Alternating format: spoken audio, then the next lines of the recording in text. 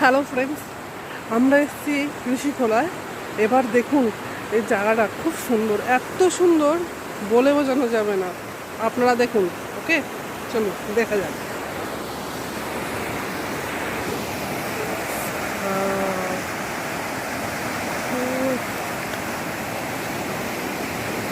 দেখুন সূর্যটা দেখো, অপরূপ লাগছে চারিদিক, পুরো পরিবেশটা এত অপরূপ, কি বলবো,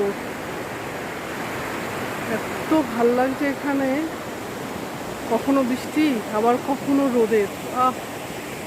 আর দেখুন এতক্ষণ বৃষ্টি হলো, তারপরে আবার সুন্দর রোদ্দুর। পাহাড়ে তো সাধারণত এরকমই হয়, কখনো রোদ কখনো বৃষ্টি। এটাই যেন একটা চারিদিকে।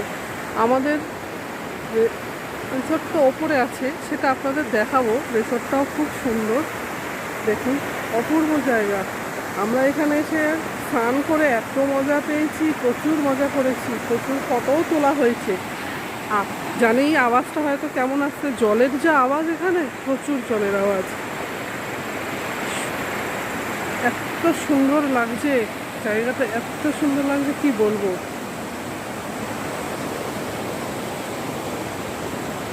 চারিদিকে পাহাড়, আর এই দেখুন সানভি হেঁটে আসছে।